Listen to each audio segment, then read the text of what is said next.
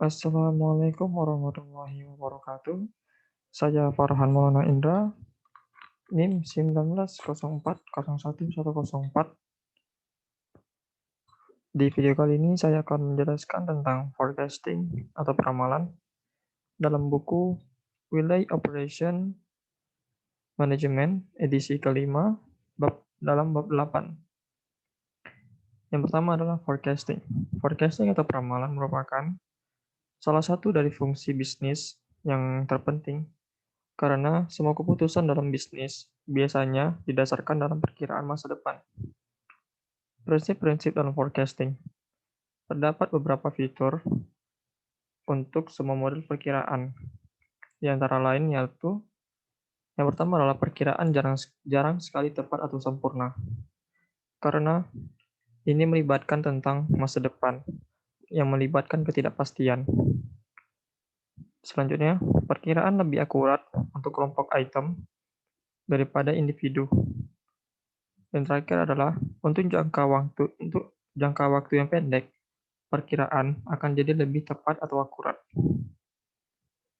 Selanjutnya adalah langkah-langkah dalam proses forecasting. Terdapat beberapa langkah dasar yang harus diikuti dalam membuat satu peramalan. Yang pertama adalah putuskan apa yang akan diramalkan, evaluasi dan analisa data. Yang ketiga, uji coba model perkiraan. Selanjutnya, hasilkan perkiraan.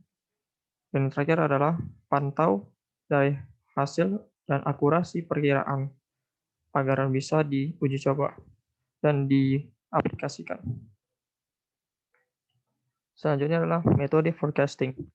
Dalam forecasting terbagi menjadi dua metode. Yang pertama adalah metode kualitatif dan kuantitatif.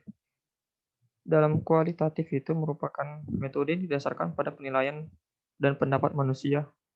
Sedangkan untuk kuantitatif adalah metode yang menggunakan pemodelan matematis atau biasanya menggunakan suatu aplikasi atau software untuk meramalkan masa depan.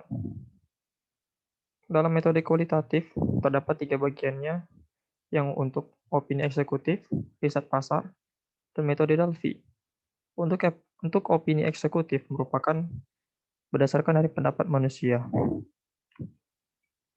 Selanjutnya adalah riset pasar, merupakan pendekatan yang menggunakan survei dan wawancara secara langsung. Dan terakhir adalah metode Delphi, merupakan metode yang bertujuan untuk mencapai konsensus di antara sekelompok ahli. Selanjutnya metode kuantitatif. Yang pertama adalah model deret waktu. Dalam model deret waktu merupakan serangkaian pengamatan yang dilakukan secara berkala atau secara berulang-ulang. Dalam model deret waktu terdapat 4 pola. Yang pertama adalah level atau horizontal, tren, dan selanjutnya musiman, dan terakhir adalah siklus. Selanjutnya adalah tingkat peramalan. Dalam tingkat peramalan terdapat 5 bagiannya. Yang pertama adalah metode naif, yang merupakan perkiraan dengan asumsi bahwa periode untuk yang saat ini sama seperti periode sebelumnya. Yang kedua, rata-rata sederhana, dengan mengambil rata-rata dari semua data. Dan yang ketiga, rata-rata pergerakan sederhana, yang hanya menyertakan jumlah atau jumlah periode dari rata-rata periode terbaru. Yang keempat, rata-rata pergerakan tertimbang, yang merupakan pengamatan yang diberikan pada bobot yang sama. Yang kelima adalah pemulusan eksponensial. Metode peramalan yang menggunakan prosedur rata-rata tertimbang yang canggih untuk membuat persamaan.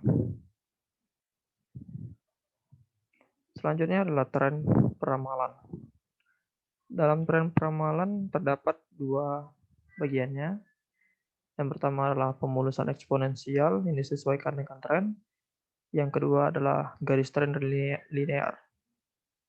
Yang pertama merupakan pemulusan eksponensial yang disesuaikan dengan tren dengan menggunakan 3 persamaan. Yang pertama adalah menghaluskan level rangkaian, menghaluskan tren, dan menghasilkan ramalan dengan menambahkan temuan dari dua persamaan di atas. Dan yang terakhir adalah garis tren linear. Merupakan teknik deret waktu yang menghitung ramalan dengan tren untuk menggambar garis lurus menjadi sekumpulan data. Biasanya menggunakan rumus untuk menghitungnya. Selanjutnya adalah peramalan musiman. Peramalan musiman merupakan sejauh mana nilai aktual yang menyimpang dan rata-rata data dengan mempertimbangkan multiaktif musiman, di mana musim dinyatakan sebagai persentase dari rata-rata. Prosedur untuk menghitung musiman kuartal selama 1 tahun antara lain yaitu terdiri dari 5 langkah. Yang pertama, hitung permintaan rata-rata untuk setiap musim. Yang kedua, hitung indeks musiman untuk setiap musim untuk setiap tahun yang akan diperlukan. Yang ketiga, hitung indeks musiman rata-rata untuk setiap musim. Selanjutnya, hitung permintaan rata-rata per musiman untuk tahun depan. Dan yang terakhir adalah kalikan permintaan musiman rata-rata tahun depan dengan step indeks tahun musiman. Dan hasilnya kita akan mendapatkan prosedur dan kita mendapatkan peramalan untuk musiman. Yang kedua dari model kuantitatif, metode kuantitatif, yaitu model kausal. Model kausal merupakan model yang mengasumsikan bahwa variabel yang akan kita coba ramalkan terkait dengan variabel lain yang ada di lingkungan. Beberapa model kausal yang paling terkenal merupakan yaitu model regresi linear. Dalam model regresi linear terdapat dua bagiannya. Pertama adalah variabel yang diramalkan adalah variabel dependent. Dan yang kedua adalah prosedur yang memodelkan variabel dengan beberapa variabel lain disebut variabel independen. Dengan melihat variabel dependen dihubungkan secara linear dengan variabel independen, kita dapat mendapatkan persamaan garis lurus dengan rumus Y sama dengan A ditambah B kali X, di mana Y sama dengan variabel dependen, X sama dengan variabel independen, A sama dengan Y yang memotong kemiringan, dan B adalah kemiringan dari garis. Selanjutnya adalah gambar dari regresi linear.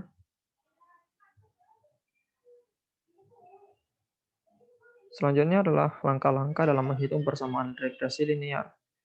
Yang pertama adalah hitung parameter B, seperti yang ada di dalam rumus ini. B sama dengan sigma XY dikurang N dikali XY sama dibagi sigma X pangkat 2 dikurang N kali X kali Y.